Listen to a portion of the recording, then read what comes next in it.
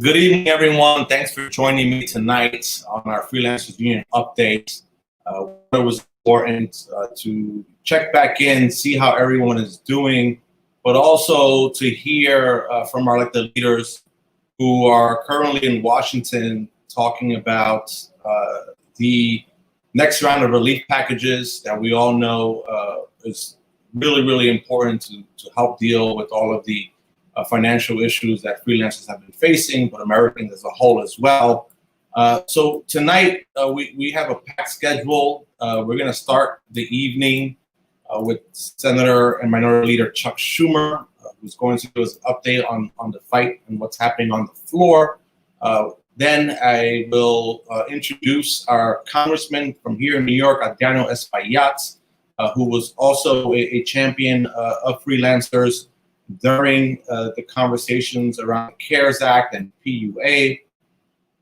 And then after the congressman, I will say a few words to give some internal updates and housekeeping on what the union has been doing over the summer and what we expect to be working on and focusing on over the next few months.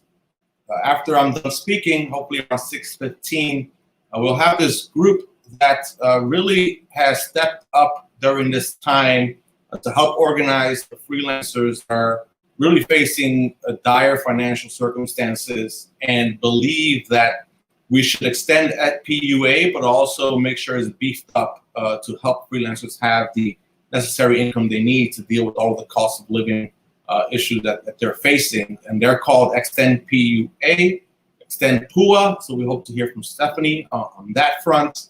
And then after Stephanie, we have Tom Cleese. He's from the Recording Industry Association of America. He's actually been working with us and other groups across the country to ensure that the issue that we've been seeing, and I know a lot of you have been experiencing, is around those who have mixed wage issues. Those of you that collect both 1099s and W-2s have been having issues within your own home states because your state was only recognizing your W-2s, which meant you were only qualifying for the minimum amount of unemployment assistance.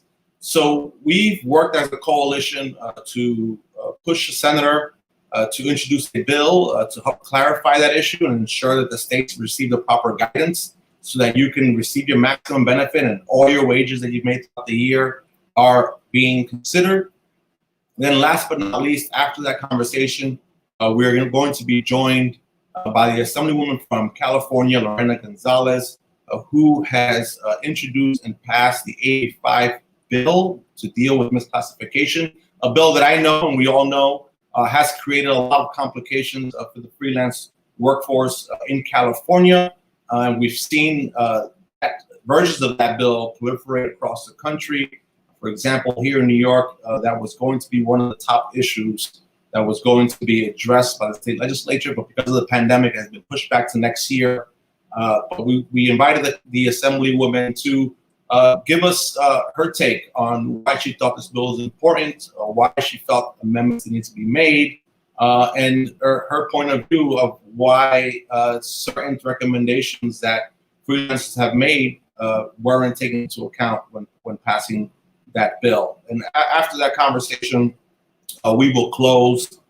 So while we wait for Senator and Minority Leader Chuck Schumer, who's going to be the first to join us any minute now, I would like to just say this.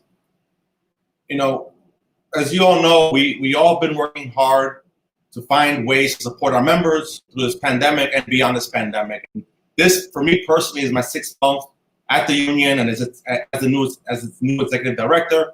And I had all intention when I came in to make 85 and the PRO Act and similar bills to be a priority of the union to ensure that we were inserting our voice, but ensuring that freelancers' voices were heard throughout the process of those bills being drafted. But as we all know, 2 weeks after I started, the lockdown hit, we were forced to leave our offices, and we were facing a new reality. And the reality was that there was a lot of work that has dried up, especially for freelance workers. You know, at the height of the pandemic, we found and saw over 80% of our members lose work, and that they were extremely concerned about where their source of income will come from.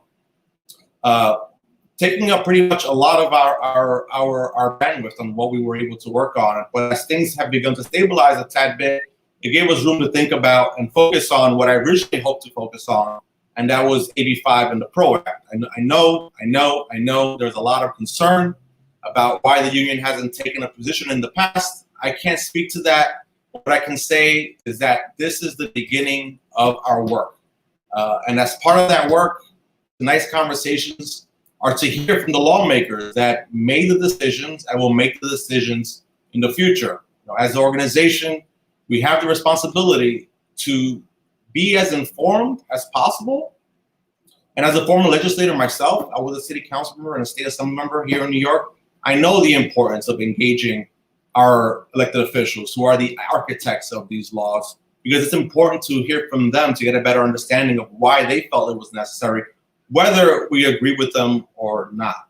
So prior to tonight, I just want to be clearly transparent. I haven't had any conversations with any of the guests on these issues. As a matter of fact, tonight will be the first time I actually meet the Assemblywoman in California, Lorena Gonzalez. And to be clear, this is one of many public updates we will have on this issue, with future conversations being led by the advocates pushing against the ABC test and the freelancers affected by it. I know there are many of you that prefer a different approach, but this is my approach. And what I can assure you is that we all have the same goal, and it is to protect freelancers from getting screwed. So with that said, if you're new to the union, I just really want to introduce ourselves. We represent over 500,000 members across the country, with the majority of those members being in New York and in California. We pride ourselves in being a space in which freelancers can build community for themselves, where they can meet other freelance workers to help build upon their own skills and their own businesses. A space in which the union prides itself in working with partners to build strong relationships with potential services that exist. For example, we offer health insurance, disability, all types of insurance that we find to be very supportive and helpful to the industry. Work with partners that we know and believe will offer the best product. We contribute and create a blog in which members can contribute, and we also look to provide articles that we feel are important to freelancers. It's a blog that's probably one of the most widely viewed freelancers blogs in the country, where you can get the services and support you need, or advice to deal with issues, whether it be, how do you create clients for yourself, how do you certify yourself as a business, or even information on how to deal with the pandemic. We also have a Spark program. Spark is our community building workshop that happens in over 23 different cities across the country. We have Spark leaders in cities like New York, LA, Atlanta, Georgia, Austin, Texas, in which you can be able to plug yourself in, not only to meet freelancers, but also be part of a workshop in which we use our leaders to provide you with skills and information to help you with your business within your city and your state. So I'm going to just wait a second and wait for the senator. He should be with us any minute. So please give me a second. I actually received a text message from his office. They are running a few minutes late. So we actually have the Congressman, Adriano Espaillat, who's waiting in the green room, who I think can join us and help give us an update on what the House has been doing and what he has been doing himself as a Congress member. I think it's important for you to know that Congressman Adriano Espaillat from Manhattan, from New York, was actually the first Congress member to reach out to the union to ask how he was able to help. I'm sorry, you just got to notice the senator is actually here. So without further ado, I want to bring in the senator and the minority leader, Chuck Schumer, into the room. Senator. Welcome. Rafael, I look a little, let me get this stuff out of my pocket. All right, I'm driving on the New Jersey Turnpike, which probably I don't envy you. some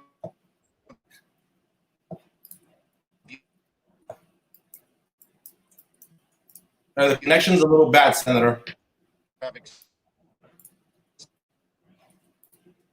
Oh, can you Sorry, the see? connection's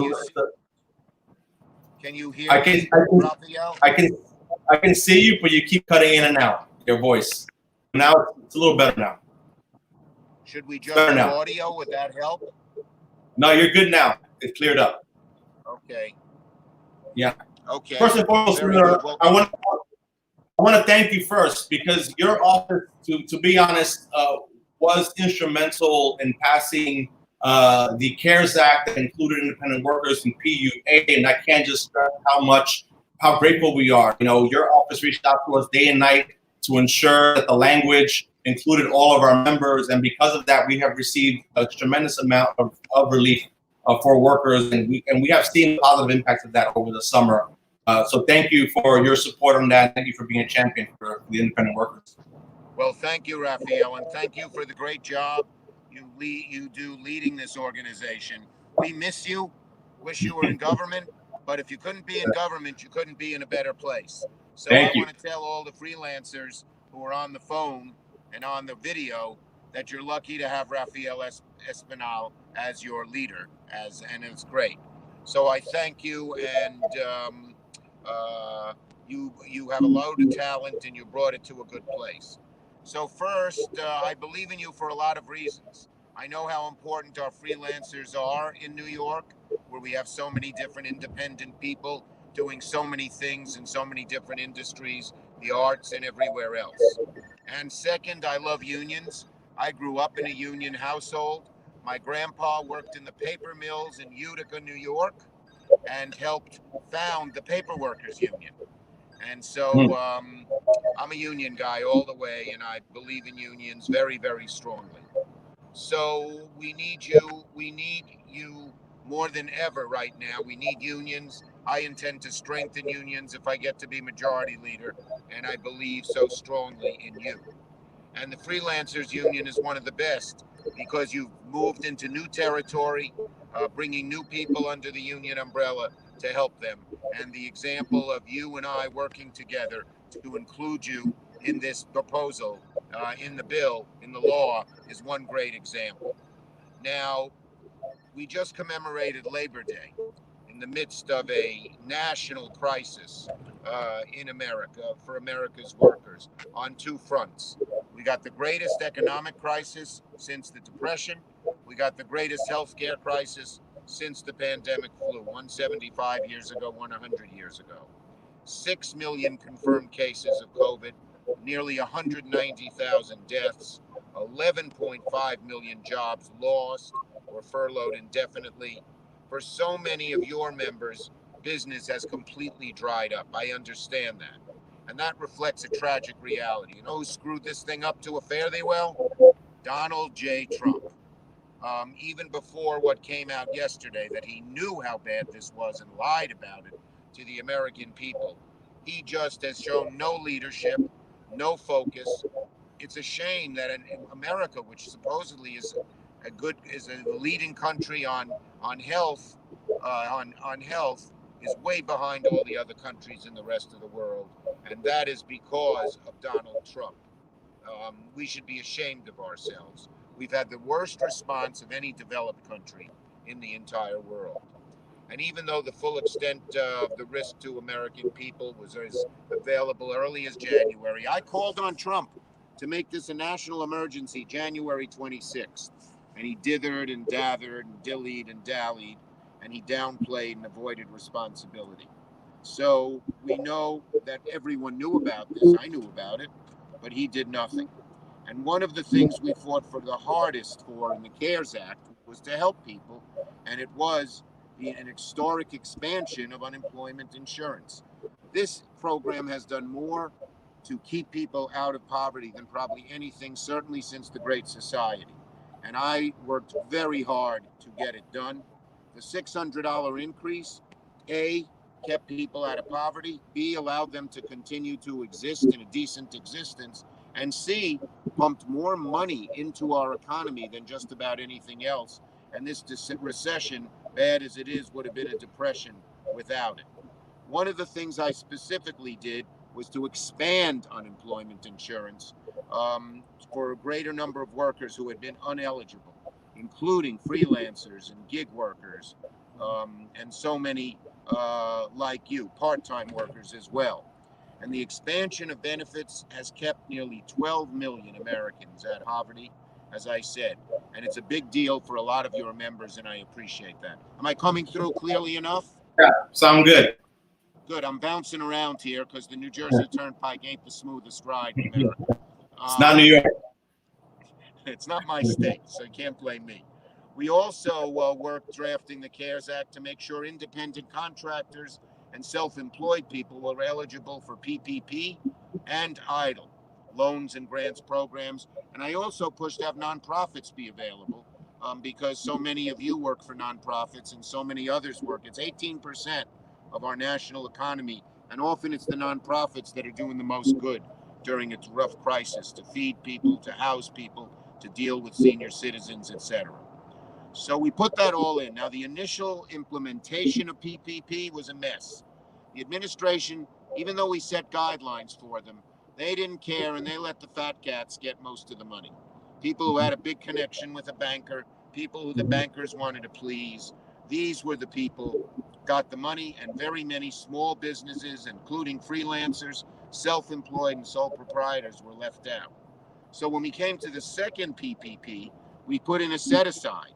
150 billion couldn't go to the big shots, couldn't go through the banks.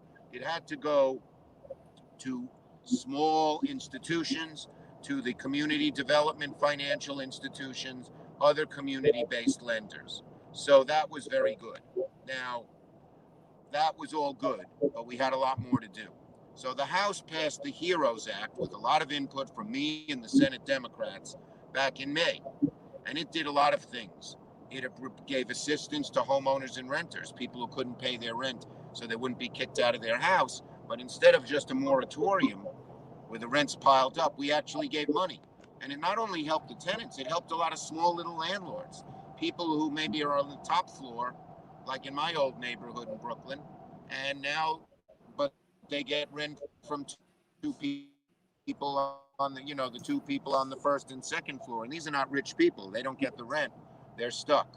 We put food assistance in this bill for families and children going hungry.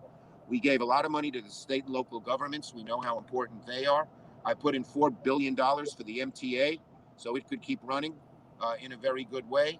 We gave $75 billion for testing and money for our hospitals, our community health centers, our clinics.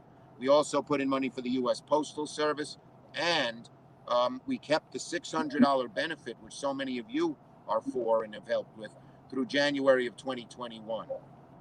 We also introduced another proposal called the American Workforce Rescue Act that builds on the HEROES Act. And here's what it says, because one of the jobs we want to do, and you freelancers will understand this, is not just deal with the problem during the COVID crisis, but also permanently. So we proposed keeping the $600 permanently, and when unemployment was above 10%, it would be $600. When it was 8%, $500. When it was 6%, $400. And then when it got down to 4%, it would go, I think, to $350 or $400. And that made a lot of sense. So that's that, and now we're trying to get that in the bill if we ever get a bill, and I'll get to that in a minute. There was also a 25% set aside for small business lending. 25% of the lending went to very small businesses with 10 or fewer employees, including freelancers. So you'd never again have to compete with the big shots because this separate money was walled off to you. And we also are pushing in the bill for a second round of PPP loans, a 25% set aside for these new loans for very small businesses, and $180 billion for the EIDL program. That's loans and grants that are much easier to get for smaller businesses as well.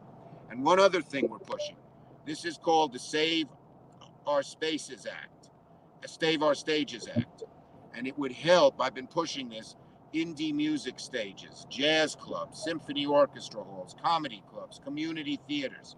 These places, these are spaces where people get together at close quarters. They were the first to close, they'll be the last to open. So they need real help, and we proposed a 6-month grant. And hopefully, if we pass this, it'll go through March or April. And by then, God willing, we'll have a vaccine and these great indie spaces can open up. And so many freelancers who are in the arts and other things benefit from these. So I thought you'd be interested in that. And it's important. We have great support. We got Lady Gaga supporting it. We got Billy Joel supporting it. My own fellow New Yorker, vintage New Yorker, Jerry Seinfeld supporting it, and so many others. So we're doing that. So to this great proposal, which passed the House and would help you, continue to help you, how did our Republicans respond? They responded nastily, brazenly, cynically. At first, McConnell said he didn't want to have any bill. Let's pause. Let's take a pause and see what's going on. Here we have the greatest crisis since the Great Depression on the economic front, the greatest crisis in the health since the Spanish flu, and he says he wants to check out what's going on. Why? Because he's got, you can't believe this. I'm not making this up. 20 guys in his caucus, 20 senators who want no money, zero money. Why? Because they're right-wing, rich paymasters don't want to pay any taxes and don't want any federal regulations. It's disgusting. So the Senate was stuck. So we started negotiating. I negotiated this bill, which did so good for you with Mnuchin. But because basically most of the right-wing Republicans thought I took Mnuchin, I got most of what I wanted, and he didn't get much of what he wanted. They sent another guy to negotiate, a guy named Mark Meadows, former congressman, now Trump's chief of staff, but he was head of the Tea Party, part of this group that doesn't want to spend any money on anything. And they have been impossible to compromise with. So right now we're saying, hey, we'll meet you part of the way. We'll go down $1 trillion, you go up $1 trillion. Our bill was $3-4 trillion. It wasn't a made-up number, Rafael and everybody. It was what the needs of the people were in this great crisis. They said no. But McConnell's getting a lot of heat, especially from 12 Republican senators who are up for re-election. So he is such a cynical man. He put a bill on the floor that he knew couldn't pass. It gave complete exemption to the big bosses for liability if they expose you to COVID. It took money out of the public schools and gave them to the wealthy private schools. He knew Democrats wouldn't vote for it. And the bill today came on the floor, and thank you for opposing it, Freelancers Union, as every union did. Guess how many Democratic votes it got? And they need Democratic votes to pass it. 0. Nada. So what will happen now? Here's what will happen now. If the last 3 bills are prologue, McConnell, being the cynical son of a gun that he is, he tried to bully us and said, support this bill or do nothing. We didn't take the bait. That happened on COVID 2. That happened on COVID 3. That happened on COVID 3.5, the last 3 bills. And each time Democrats were firm. I really want to thank my caucus. We've had unity from Bernie Sanders and Elizabeth Warren on our left to Joe Manchin and Mark Warner on our right. Everyone stuck together for the good of the country and the good of working people. In any case, in the past 3 bills, after we showed them they couldn't bully us, they came back to the table and negotiated. I am hopeful that can be done now. Hopeful. And here's what I would say, because this skinny bill, which I call an emaciated bill, a cynical bill, failed so much.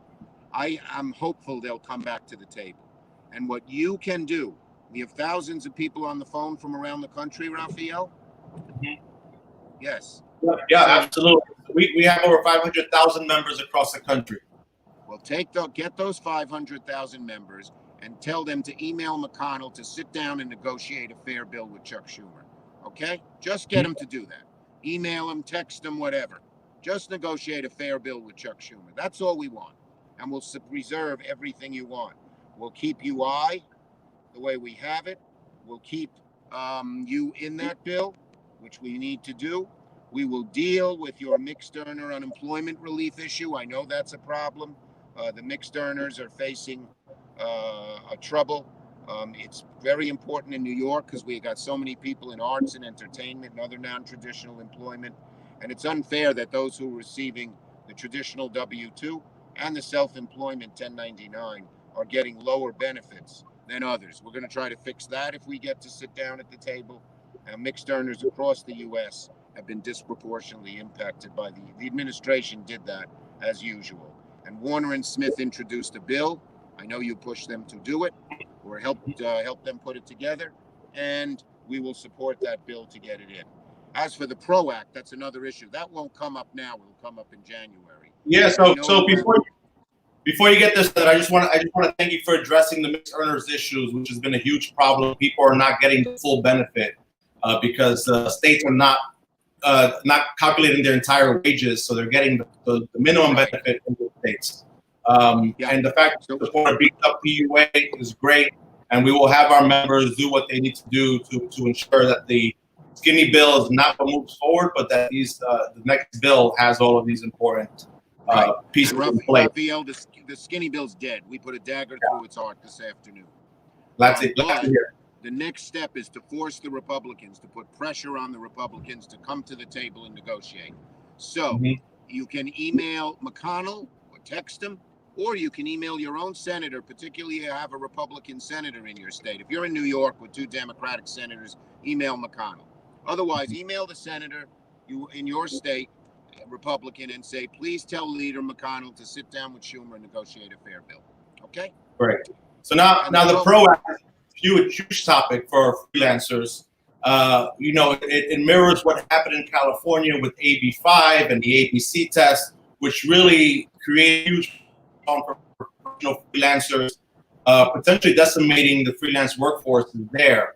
While freelancers in the union and I myself, believe in the bill and what it's trying to accomplish, the ABC test has become a huge problem of contention. And we were hoping that, you can engage the union, engage members to really hear from us about how we should move forward with that bill. Yes, and I will work with you on that. The PRO Act, because it's a union thing, as long as Republicans are in charge of the Senate, won't come up this year. But God willing, I become majority leader. I want to expand union membership like you have done so well. But I understand your specific problem. I see what's happening in California. I'll work with you to try and work this out. That's great to hear. And I think that's what we asked for. And we're looking forward to have that conversation as we move forward. Just to show how dire it is, even the Democratic members of our union are concerned what would happen in the future in 2021 if we have a Democratic White House. But we want to give them the confidence that we'll have an open dialogue and make sure that they're not affected. Right. Good. Okay. Yeah. So that's basically my report. Thank you for your help. Let's say this, Rafael, the relationship between the freelancers in America, the Freelancers Union, and Chuck Schumer will remain, I got to get this right. Here we go. There you go. Forever. We got it. Sounds good, Senator. Always a pleasure. I appreciate it. Have a safe drive, and hopefully I'll see you in Brooklyn soon. Great. Well, stay healthy to you and all your members, and let's hope we overcome this COVID crisis and everyone's back to normal. But any way that I can help ease the transition and make it better, call me. Sounds good. Thank you, Senator. Take it easy. Thank you, Rafael. Thanks, everybody. Stay safe. So as you heard, the senator is 100% willing on working with us with the PRO Act and the ABC test. He understands the impact it has had on California. I think that we were able to get what we wanted, and is to make sure that we're at the table and ensure that freelancers across the country are not negatively impacted by this bill. This is, as I mentioned, just the beginning of the conversation.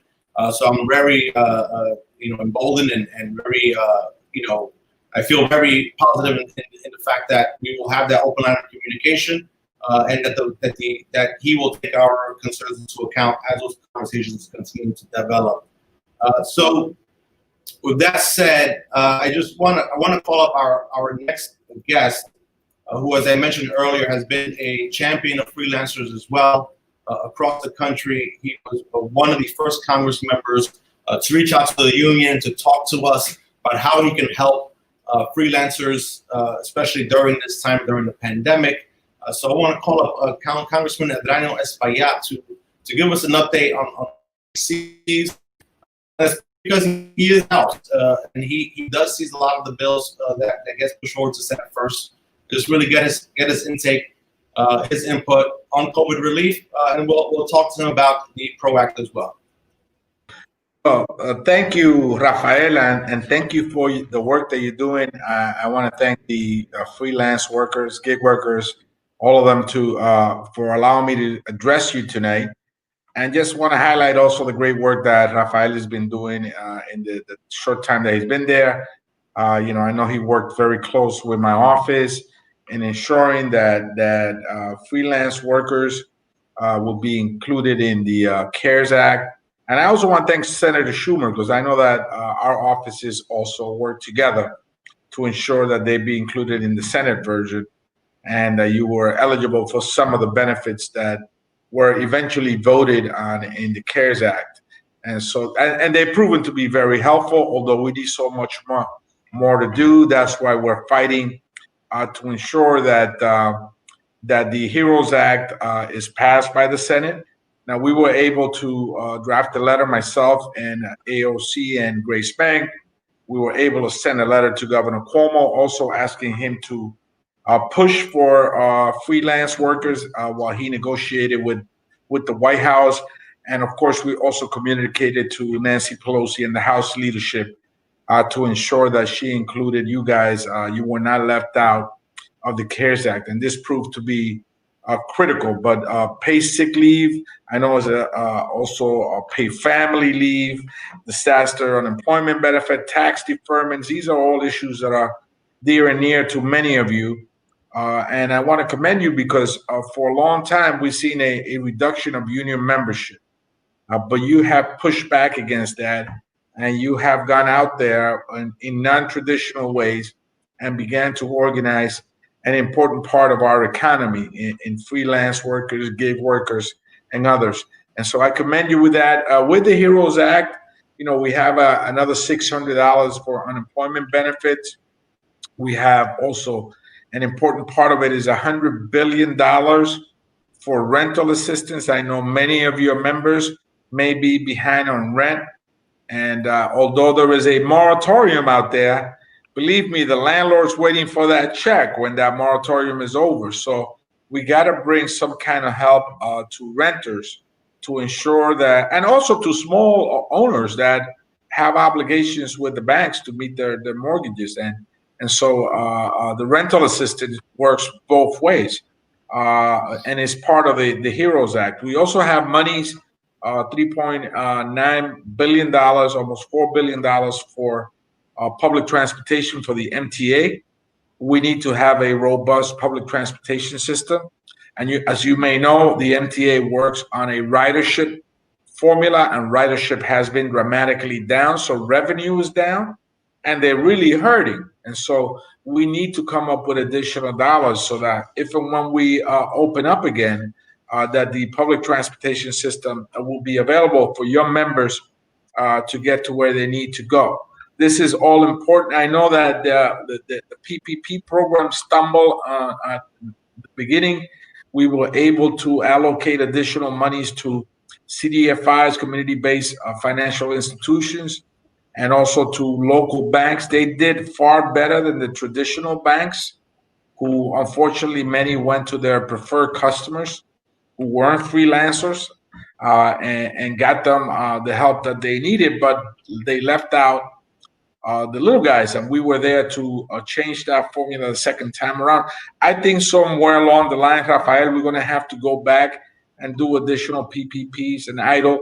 Help from the Small Business Administration to your members is critical, and we're fighting to ensure that the HEROES Act is passed by the Senate and that is taken up. Now, our version is a very ambitious one. I think it's not that ambitious. I think it's practical. It's $3 trillion. That's what the nation needs. That's our version of recovery. The White House is pushing for $1 billion. And so our leadership said, and Nancy Pelosi said, well, let's meet at the middle. Let's do $2 billion. But McConnell won't have it. I think that your members, as the Senator Schumer said, need to communicate with Mitch McConnell, and let them know that this is critical. This is crunch time, not just for your members, but also for city and states across the country who are facing severe revenue shortfalls and are slowly but surely reaching that fiscal cliff. And so I think that the heat is on McConnell. It will be important that you guys also and gals get on the phone or write an email to him. Let him know that this is so crucial and important to all Americans, and particularly to freelance workers and gig workers. I'd love to continue to work with you. I think you guys are part of the future. I think that the pandemic, also the post-pandemic era, will open up the economy in ways that will benefit the growth of your union and will ensure that more gig workers are formally part of the economy, and that you get the benefits and the privileges that most workers, if not all workers, get. I think it's important that we work towards that. And the world is changing, and you're very much part of that change.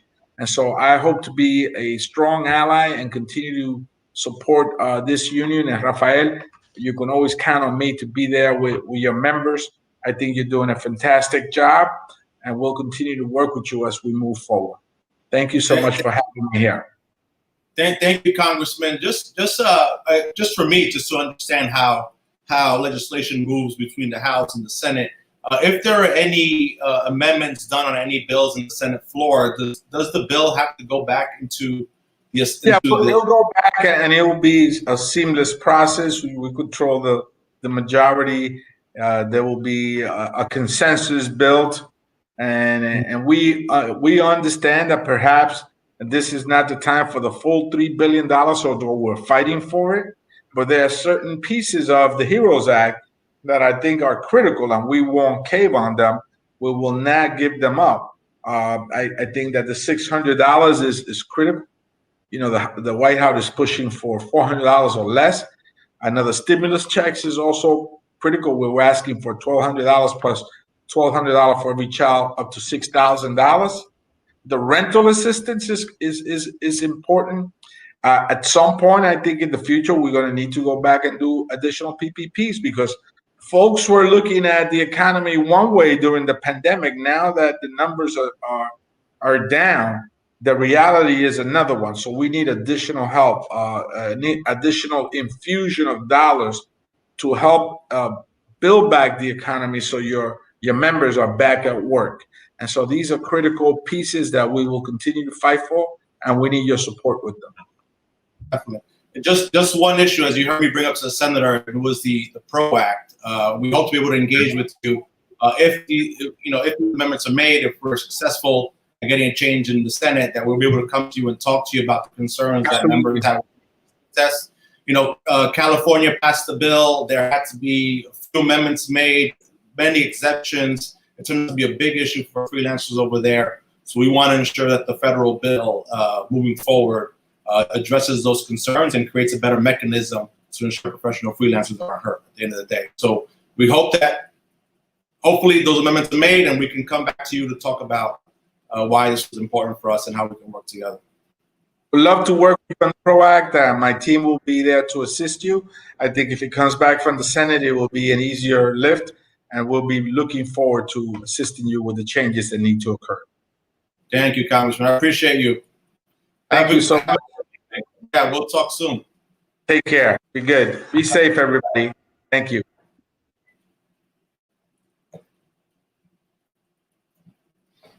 So, as we heard from the Congressman, we heard all of the updates that the Congress has been working on. And just move along with the schedule, because we are a little bit behind time. As I mentioned earlier, we do have Stephanie from Extend PUA, Extend PUA, who's actually been on the ground doing very important work, organizing freelancers in need to ensure that the economic proposals, the relief proposals that come out of the Senate actually extends PUA and also beefs it up to ensure that people have the money they need to deal with the costs of living within their cities and their states. So we would like to get Stephanie on if she's available. Hey, Stephanie, how are you? Doing well. How are you? Good. First, I just want to thank you for the advocacy you've been doing, whether it be seeing you online or seeing you at hearings in Albany in the state. I think you've been doing a tremendous job in ensuring that freelancers' voices are heard. So we'd love to hear about the work you're doing, how people can get involved, what we should be doing as a union to ensure that any relief package that moves forward includes the needs of freelancers. Absolutely. I have been following the chat, and I'm not talking about the PRO Act, and I apologize for that. I am talking about extending PUA and the Comprehensive Relief Bill. I'm Stephanie. I'm a freelancer. I'm a production electrician in New York City, and I've been most active recently as the co-founder of extendpua.org. I'm here to talk about our grassroots advocacy. My colleague, Grant McDonald, who's also a freelancer and a video director, and I created Extend PUA a couple of months ago when we saw the despair around the fact that we were all of us who were relying on it were about to lose that $600. We saw a lot of hashtagging and wondered what we could do that would actually be effective to get this relief passed. We felt very strongly that no one's going to do this for us. And so people needed to do it ourselves. And so instead of creating necessarily a lobbying campaign, we created a resource for people to use to do their own lobbying and outreach. We have 10 action items. Each has tools to do that thing. There's a form letter, there's a call script, and there's all of the possible contact information you could need. There's phone numbers for DC and local offices and addresses so you can support the USPS. And there's all their social media handles. There's suggested tweets. There's a share your stories portal where we're using those stories and sending them to some press contacts who have asked for them. We have a packet for how you can set up a meeting with your own senator's office to talk about the relief bill or to talk about some of the other things that are weighing on us freelancers at the moment. We also populate our social medias with daily actions every day to keep people engaged and try to make them easy because we know we're all kind of getting burnt out on all of it. Speaking of burnout, we have a help resource, which lists food assistance things. There's lots of things for the entertainment industry, funds that are giving out grants and things like that. And we try to put all of these things as well as updates on legislation in a toolkit that is at extendpua.org/toolkit. And we hope that it helps everyone do the advocacy that they so need to do because it's on us truly to get this relief bill passed. To speak about the mission just for a second of what we're trying to get passed, it's not just the $600 because that's not enough. We need a comprehensive relief bill and we have to stick together as a country and advocate for each other. So our list of legislative acts includes extension of that $600. It includes extending PUA because that should exist much longer than at the end of December when all the freelancers and 1099 workers will be cut off of payment. It includes expanding PUA to all these excluded workers and fixed source income issue, rent relief, healthcare relief, especially for the uninsured, funding for states to pay out the millions of backlogged claims of people who haven't received anything, and funding for small businesses, obviously. So we hope that people can come over and can use our resources and engage with us. We're absolutely willing and able to get more people involved in any way that they want to be, and we appreciate you letting us speak about that here.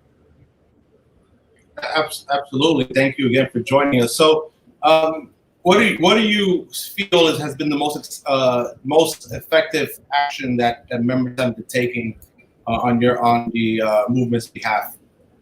Yeah, I think at first it was this letter writing campaign, but the time for letters has passed a bit. And so calling has been the most effective. And that's what we're hearing from legislators as well, is that calling the offices that they're hearing about so many issues that the reminders and the constant reminder that we really do need this relief bill is helpful. And at the moment, setting up some Senate meetings and fly-ins is our primary concern because getting in the room with their offices is obviously going to be the most effective way to tell them what we need. So what do you take off what the senator was saying earlier about reaching out to the senator the senator that's leading the city bill, calling their office, flooding their phones? Do you think that'll be an effective approach? We have heard mixed information about that. We've heard that for the most part, they try not to field stuff that's not from their constituents. So his suggestions of getting people who are from those states to reach out is more effective, is what we've heard from people on the Hill, but we're still doing it. We're flooding McConnell as much as we can because he is certainly being a little bit of a roadblock for all of us. And his office is very kind when you call them. It's important that when we call these senators' offices, we're talking to their staffers and not to them. And his office is really kind and receptive to us for the most part. So I hope that answers that question. Yeah, well, one of the biggest issues we're hearing from our members is mixed earners, people who earn 1099s and W-2s. The way that their wages are being calculated has created a lot of issues with the award that they receive at the end of the day. The union has been working closely with other organizations to ensure that the language is cleared up in the next relief package, so that states can take everyone's wages into account fairly, and for them to get a higher award at the end of the day. So we hope that we'll be able to work with you also to raise that issue, to ensure that everyone's getting every dollar they need and deserve. Yeah, I'm a mixed source income person, so it's certainly part of our conversations when we have them. All right, definitely. All right, sounds great. Well, thank you, Stephanie. We hope to be in touch, and hopefully we'll be able to get the changes that we need moving forward. Thank you. Thank you for being an advocate with us. All right, bye. Bye.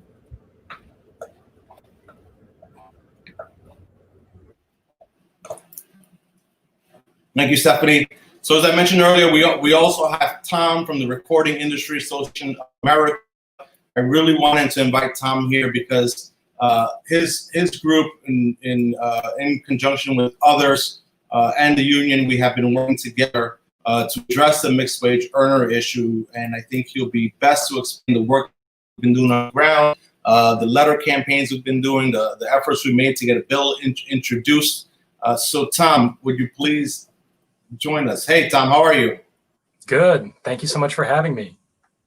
Of course, my pleasure. My pleasure. I just want to thank you for just the work we've been doing together and how you've been leading with the others to ensure that the bill was introduced by Senator Schiff to ensure that mixed wage earners are treated fairly when it comes to the amount of relief that they receive in the unemployment assistance.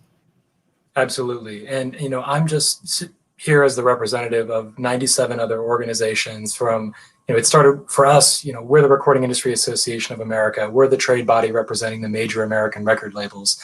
But our community spans pretty much every aspect of the entertainment world that you can imagine, from, you know, the performers themselves, the artists, the writers, and the labor unions that represent all of the people behind the scenes and in front of the camera.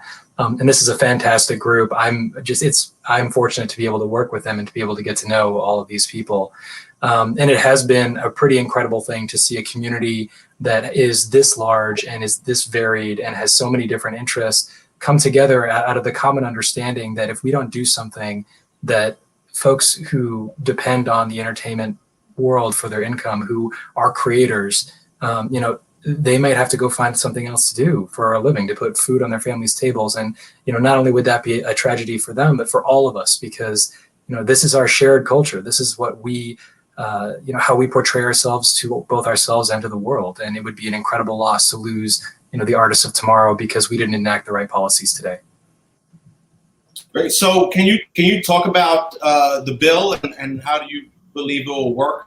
And also mention the other groups that have joined us on this fight. Absolutely. So the legislation that we have been pushing for is the Mixed Earner Pandemic Unemployment Assistance Act. So this is a bill that has been introduced in both the House and the Senate. In the House, it is led by Congressman Adam Schiff and Judy Chu, as well as about 20 other co-sponsors, and in the Senate by Senator Mark Warner and Senator Tina Smith, as well as about a dozen other Democratic senators on that side. So this bill, it seeks to provide a quick and effective fix to put back into place what we understand Congress's original intent was with the CARES Act. We don't believe, neither do several of the authors of the CARES Act believe, that when it was put together, and we understand it was put together in a time of great stress and things moving very quickly, but we don't think they intended to cut out mixed earners or to put them in a situation where if they had any amount of traditional income that would qualify them for traditional unemployment compensation, that they would be stuck with that when most of their income was under PUA, or would be qualified under PUA, given that it's all 1099. So the way that we view it is that we are fixing this legislation and not, reinventing the wheel.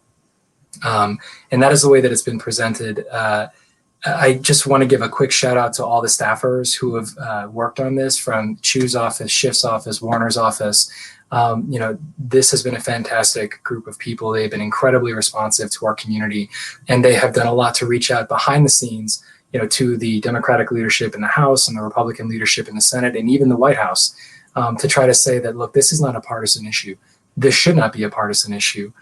This is dealing with the economy as it exists today, where we have an incredible number of mixed earners and freelance workers and gig workers, and they need to be part of the equation. We can't think about this in terms of the employment picture as it existed 20 or even 10 years ago.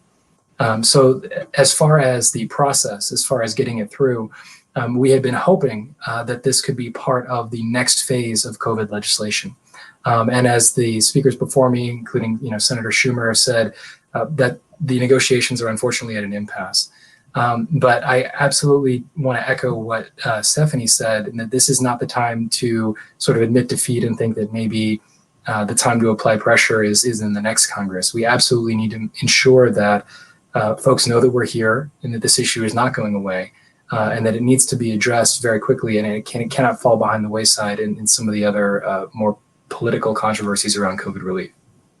Now, the executive orders have also proven to be an issue, right? I mean, the executive orders say that you only qualify for the $300 if you are making at least if you qualify for $100 or more of unemployment insurance within your own state. And we see, like I said, in California, there are folks who are receiving the 60 something dollars because they're only having their W-2s being calculated, correct? Mm-hmm. Yeah, and that's problematic. And that's something that our coalition has raised directly with the leadership and the White House. And actually, one positive sign is that in the, while this skinny bill did not include the fixes that everybody needed, it sort of was a sign that we were starting to get through with some of this message, because we noticed that $100 threshold was not present in the skinny bill. So we're hoping that, if there is some more legislation coming down the pike, that we can point back to our Republican friends and say, hey, you made some good progress on this issue. Let's keep this going, and let's actually get a fix where everybody can come together and get something through and enacted. Are there certain states where you're seeing this being a bigger problem than the others, or is this something happening across the board? Well, that's actually a really good question. So, the nature of our industry is that it's very much focused in states where the entertainment community is present. Your New York, Florida, California, Tennessee. And we have seen a great deal of that issue. There's also been some great reporting on how people in Colorado have dealt with this issue. But one of the big obstacles that we have been trying to overcome is that when we introduce this issue to a congressional staffer, it's never met with hostility. Nobody ever says, hey, this isn't something we want to fix, get out of here. It's that a lot of people don't put together that they're getting all of these constituent emails about, I'm not able to access my unemployment benefits because this, because that. And not everybody may be able to vocalize it or string together exactly why. They may not understand why they got a check for $5 instead of $500. But I've had situations where once we describe the nature of this issue and how it affects people, who, really anyone out there who is doing what, comes naturally to a millennial, we all figure that we're going to be working a full-time job and picking up a gig on the side to make ends meet. That's been the story of our generation, economically speaking, since we've been in the workforce. And when you explain, this is affecting anybody who's trying to pick up extra work, and more of their income comes from the gig than from the traditional source of income. We've had staffers, it's like a light bulb goes off in their head. It's like, oh my God, I've actually read mail about this. I didn't realize that this was that. So it's just making that connection between, constituents who have taken the time to write in, but, they're not politicos. They're not, they don't understand necessarily how to speak in the Washington, D.C. dialogue of like, oh yeah, this is the piece of legislation that's going to solve my problem. So to the extent that we've been able to serve as a bridge between that, not only have we started to understand that it affects a community far broader than just our entertainment community, but it affects, people all across the map, and we're learning more about it all the time. And fortunately, there have been some congressional offices who have helped us make that connection.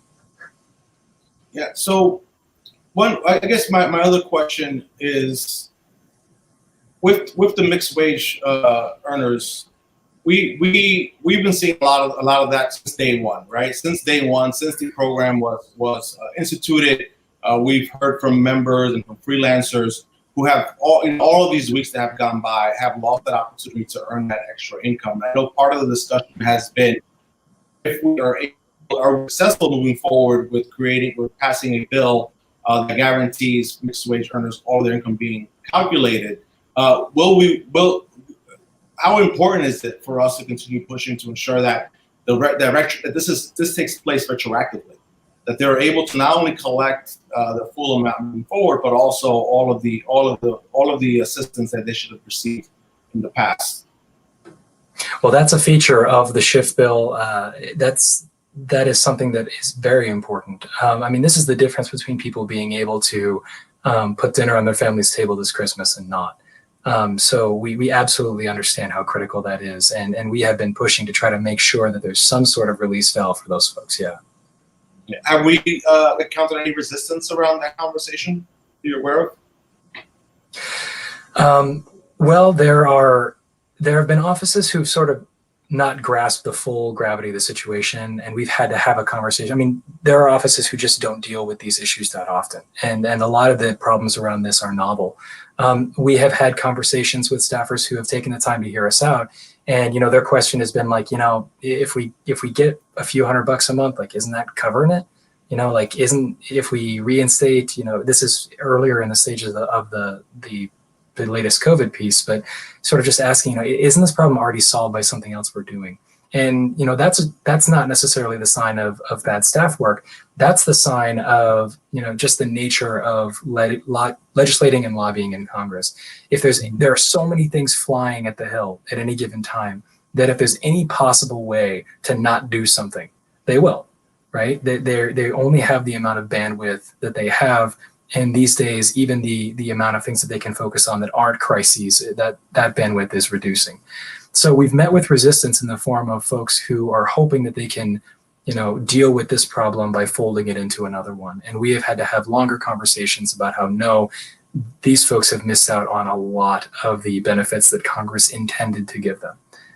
So, it's not a plus up. It's not an addition. This is fixing something that happened, when this bill came together, very quickly. And again, we absolutely appreciate that that Congress went far enough to include gig workers, in general, that they were able to have that foresight, because for a very long time, this was an issue in the world of unemployment compensation that no one wanted to touch.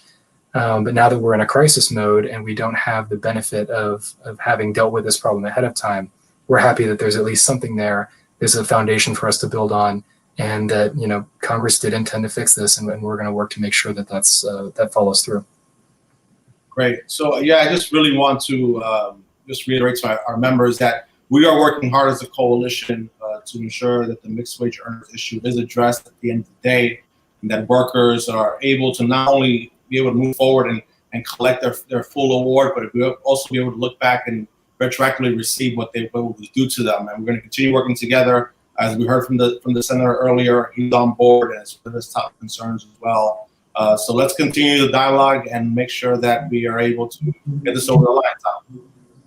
Absolutely. And the last thing that I will ask all of your members is, please continue reaching out. Please continue reaching out to the Hill. Please continue reaching out to the Freelancers Union, and please continue to reach out to us. We want to, we are stronger to the extent that we can stick together, and we are stronger when we can show that we are more than, one interest here and one interest there. We are a large community. We are a diverse community.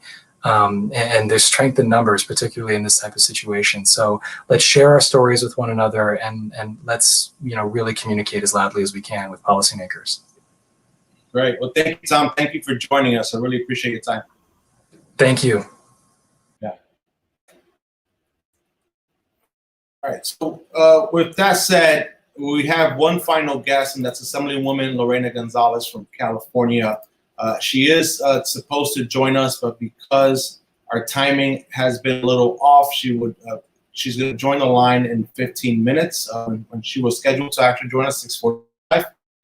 We're going to take a break for about 10 minutes and come back and just really recap what we spoke about and talk about how we intend to move forward as a union and look at the impacts of AB5 in California and how we can best represent you and play a role in ensuring that professional freelancers are not negatively impacted by any effects of the PRO Act or any similar legislation across the board. So hang tight, and we'll be back in 10. Thank you.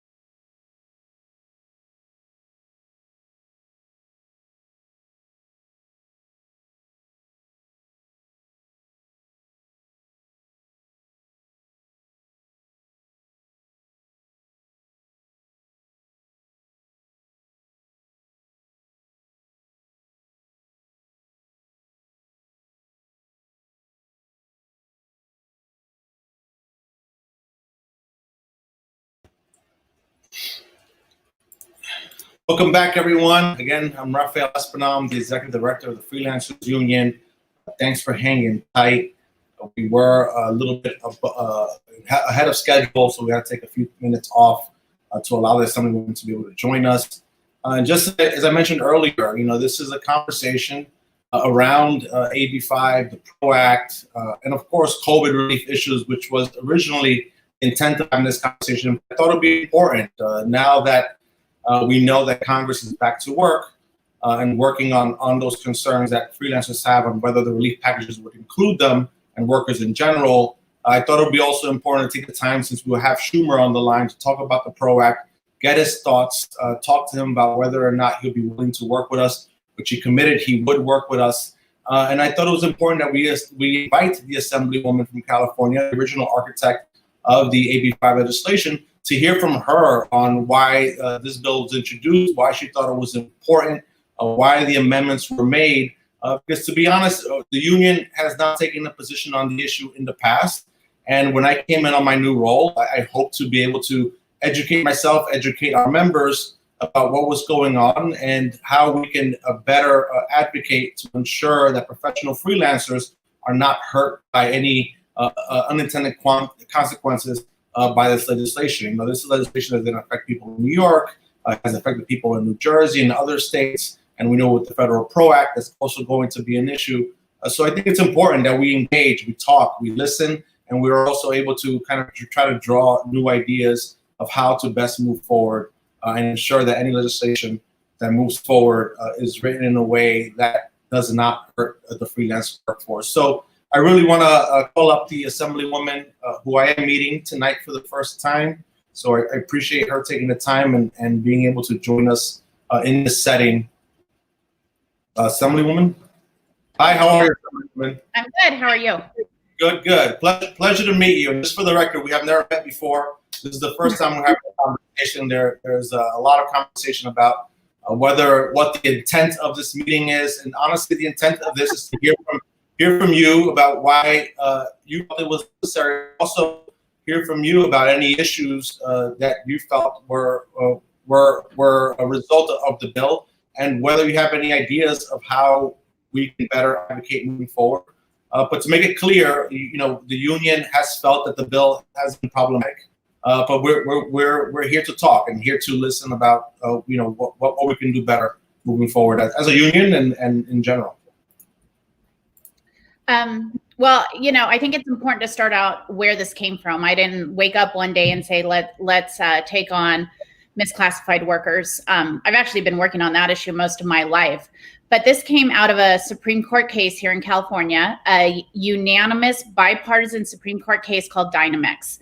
Dynamex was decided in April of 2018, and the Supreme Court basically said, we are tired of hearing these cases. Our common law approach to figuring out if somebody is misclassified is way too complicated.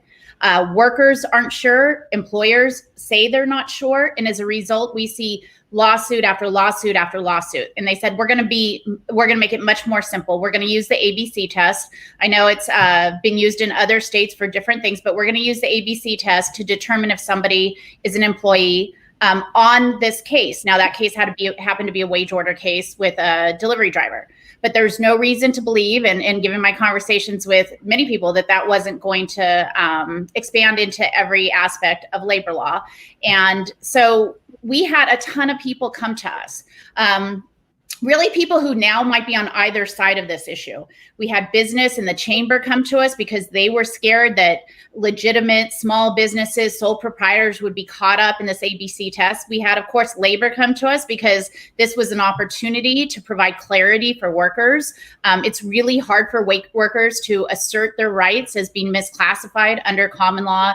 We had a standard called Borello, but even under the IRS standard, it's very hard. It's very complicated. There are a lot of factors. And we had even journalists come to us because already post Dynamex, there were notices being sent out. I think there was a travel journalist who brought it to our attention that said they just weren't going to hire people from California because of a recent Supreme Court decision. So we knew that that it needed clarification. So what AB 5 really was taking the Dynamex decision, saying, okay, we know it's going to be applied and we want it to be applied to all labor laws. but we're also going to say what are legitimate independent contractors, who are legitimate sole proprietors, and how do we exempt them out of this law. We did a number of things. We went through case law in California. We went through exemptions that have been historically made in our UI code, in our workers' comp code, in our labor code. We went through the reasoning within the Dynamics decision itself. So the reasoning that they put in that, what really constitutes an independent contractor versus an employer, things like a barrier to entry in a profession. We used all of that to try to find some ways to clarify and exempt people out of Dynamics. Now, we ended up, and I know a lot of your union members, I think, are writers and other professional freelancers. And we ended up spending a long time with a certain type of writer. And so we started having discussions about what is the difference between a permalancer or a freelancer that's maybe been exploited and a staff writer. And that's where we kind of went down on AB5, this road of submission. We were talking primarily to people who wrote for magazines and newspapers, traditional media outlets, and maybe even online, but kind of a daily kind of situation. And clearly in those discussions afterwards, right after it was passed, it was clear that the world was much broader than that, right? There are a number of situations that don't fall into the kind of, if you work for somebody once a week, you start to become an employee. So we listened, we learned, we expanded, and I think, we just had signed into law 2257, which broadened the definition and still tried to hold on to protections for freelancers at the same time as ensuring that people who were true sole proprietors, true independent contractors, could do their work and continue to do their work as such without many barriers, but that it wasn't inviting a situation whereby people were exploited. Now, so professional freelancers, they feel that this is taking away their ability to do work in California. What is your take on that? Is that true? Will a PRO Act on a federal level, similar to AB5, will decimate the freelance workforce across the country? I'm not sure. I don't really understand the question. I mean, it did have some effect, if the LA Times, for example, incorporated the staff writers incorporated the provisions into their union contract. I guess if you want, that probably limited some of the freelance work being done at the LA Times. There are, I think, with this resurgence of unions and newsrooms, there are people who are very happy with these guidelines.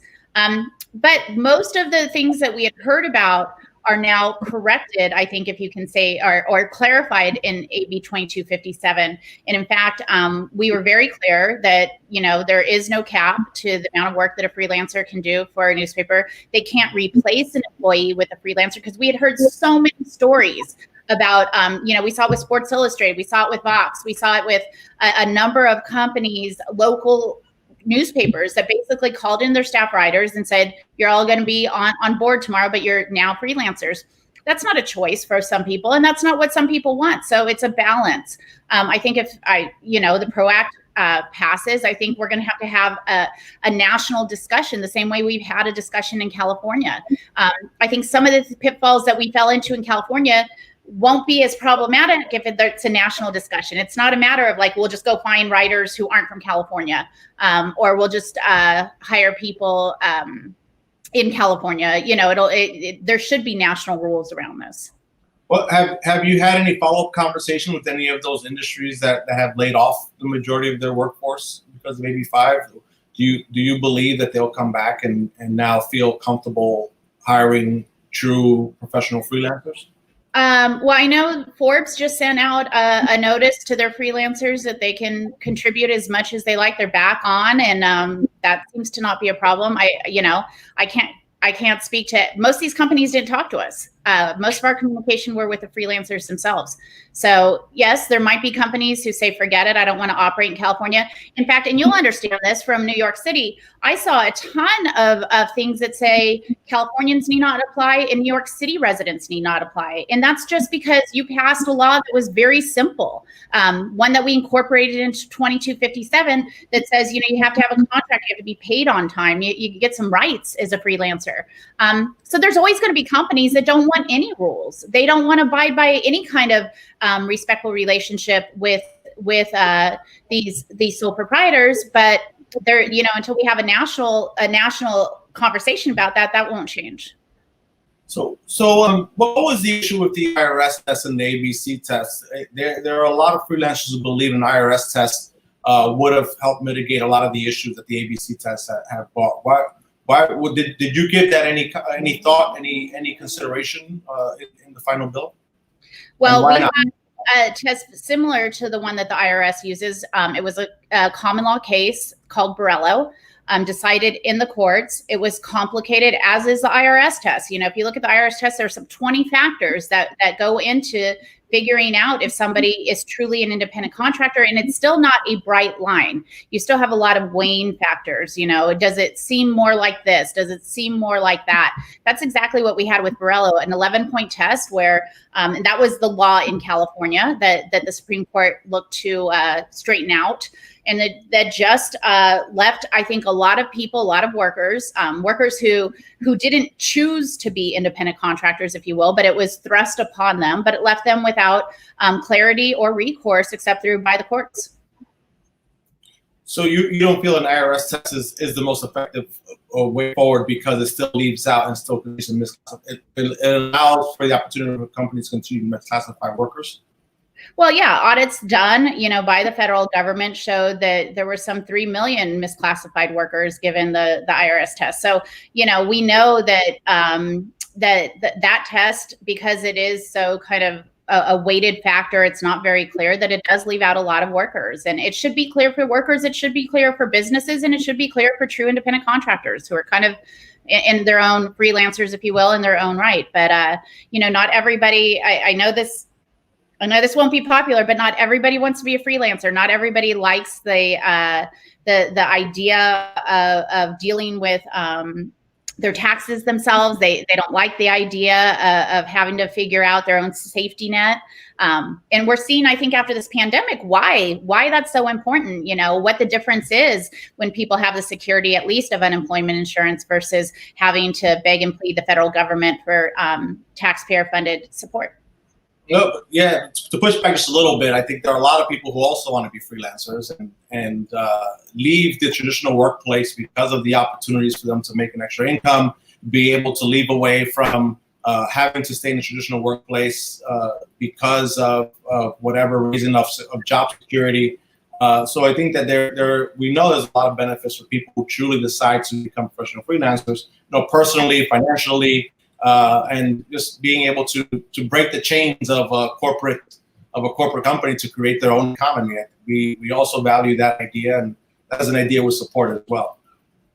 Absolutely. And that's one of the reasons we work so hard to work through trying to really create a line between those who choose it and those who want the security. I can't tell you the number of journalists in particular that I heard from who got a full-time job or a part-time job out of AB5 who were working on organizing their workplace, and that this was essential, that a business couldn't come in and convert people to independent contractors in order to break their attempts to unionize. This was important for people on the other side as well. And so trying to balance that out and recognizing, I think what's so important, and it's tough because so much of the criticism and the push comes on social media, but trying to recognize that there are people on all sides of this who want a different aspect at work, that want something out of work that might conflict with one another, is important to realize, and I think, there are a lot of people who do want a traditional job,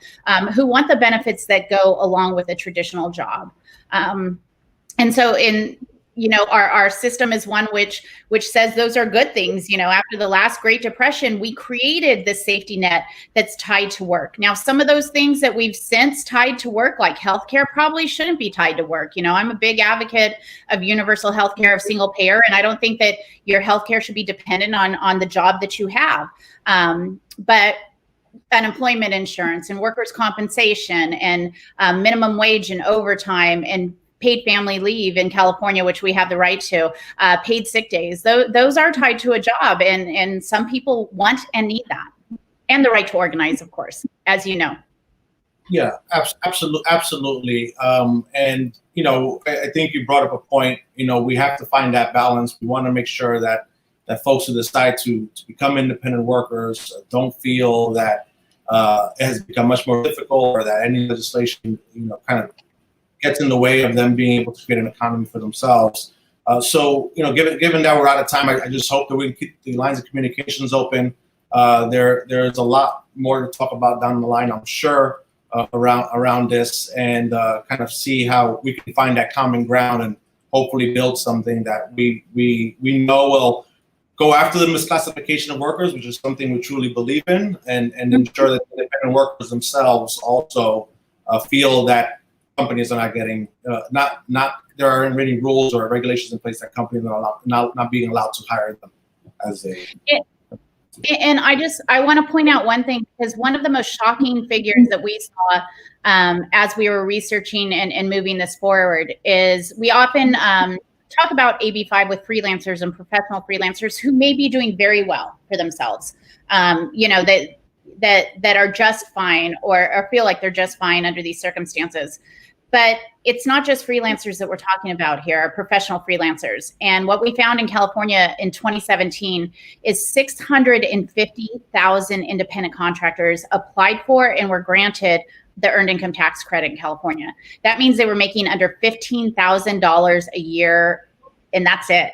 It's very low wage workers also fall into this category, and those workers are so often misclassified and don't have the bargaining power and don't have the ability to truly be independent contractors without government support. And so we have to recognize there are situations that caused us to be where we are. At the end of the day, taxpayers, law-abiding businesses, we all pay for companies that cheat their workers. And so we have to keep that in mind as well. Definitely. So, we as a union are going to continue doing our research on this issue. We did not get involved in California, but it is our goal to play a role across the country on this because we want to make sure that professional freelancers aren't hurt at the end of the day. So I appreciate your time and your input. And look forward to talking online. All right. Thank you. All right. Have a good night. You too. So again, thank you everyone for joining us. Again, as I mentioned many times before, this was just an introductory conversation on the issue. My goal was to just open the doors of communications so that we can start information on how to move forward. My goal at the end of the day is to hear from everyone, and I truly value the freelancers. That's our job, and we're going to invite the advocates on the ground who are concerned, who have been hurt by the legislation in California, so that we can figure out how to best advocate and make sure that whatever happens with the PRO Act, with any similar legislation across the country, input is heard, and we can take the best route to continue with independent workers being at the forefront and to have control over how they decide to create an economy for themselves. So thank you all for joining. Have a good night. And feel free to email us. We're here to answer all of your questions and looking forward to working together down the line. Have a good night.